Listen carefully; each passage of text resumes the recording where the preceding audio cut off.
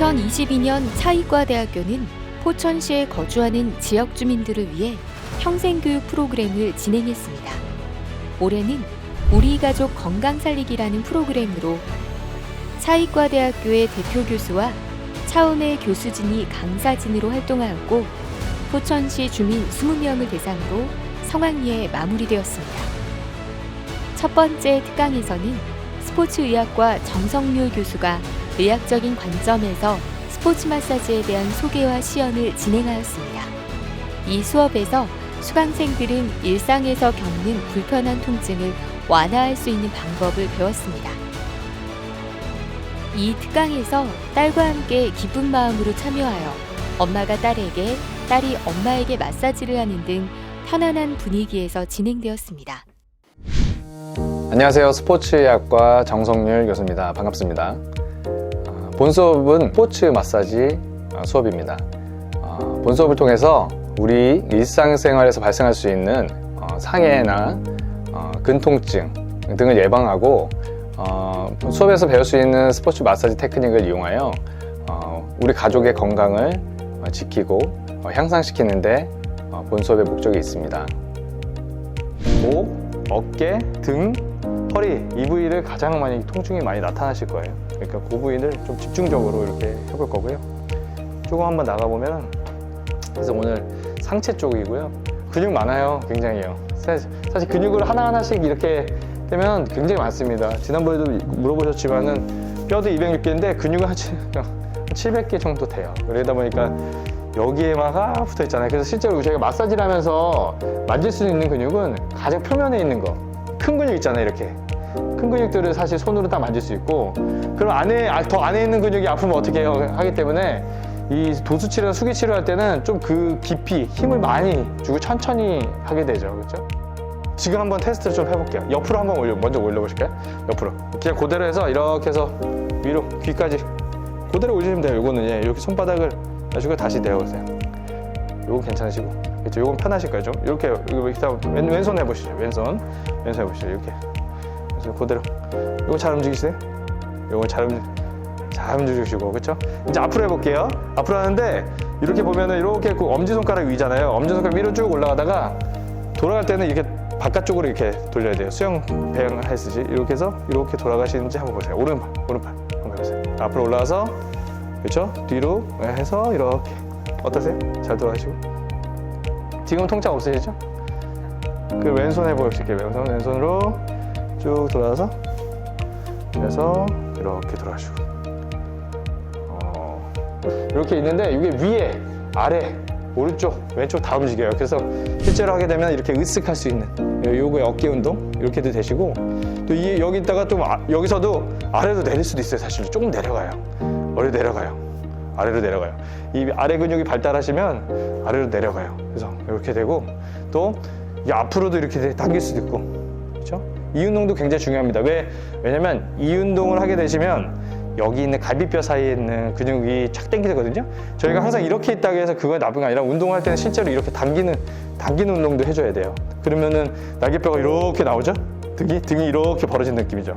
여기에 되는데, 그렇게 되면 어떻게 되면 이 등에 보시면은 이 뼈가 평상시에는 이 자리에 있어야 되는데, 이 앞에 근육이 약하면은 이게 밑에가 이게 들려야, 날개뼈가 마치 저희가 뭐 천사들처럼 이렇게 하시면 볼록 나오잖아요.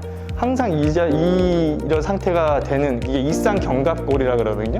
이 상태도 좋지 않아요. 왜냐면 아까도 말씀드렸지만 이거는 항상 이 자리에 있어야 돼요. 들리거나 돌아가거나 이렇게 있으면 안 되고, 이렇게 있어야지 저희가 원할 때 같이 움직이거든요. 어깨가 이렇게 움직일 때, 여기까지 올릴 때는요 팔만 움직이는데, 여기서부터 이제 90도부터 들어올 때는 이제 어깨가 같이 움직여야 돼요. 같이. 근데 여기 있을 때 얘가 잘 안 움직이면 어깨가 아프게 되겠죠. 안 따라오니까. 그러니까 그렇게 해서 어깨도 항상 같은 그 곳에 있어야 됩니다. 아까 저희가 그래서 어깨도 한번 움직여 봤죠. 저희가 맨날 이거를 많이 해드리는 거죠. 그렇죠? 이런 운동들. 그렇죠? 한번 해보실까요? 운동기구 같은데 이렇게 하고 이렇게 돌리고. 맞아요. 좋아요. 다람쥐 그렇죠. 예, 그게 있는 게 이제 편하게 그 언제든 이렇게 회전을 많이 하시라고. 여기가 그 하루 종일 보시면 하루 동안에 어깨를 그 머리 위로 올리는 손 동작을 많이 안 하세요. 안녕 이렇게 많이 하십니까? 생각해 보면 그게 한두 번 정도. 그러니까는 계속 그 우리가 이 어깨 아래서만 팔이 움직이다 보니까 그 다음에 점점 시간이 지나면은 이렇게 올리는 게 익숙하지가 않아지는 거예요. 그래서 50견이라는 게 50대에 이렇게 50견이 온다는 게 그렇게 동작을 많이 안 하시다 보니까 그러고, 그렇기 때문에 그 수영 같은 것들이 이제 많이 하시는 이유가 회전 많이 하시니까.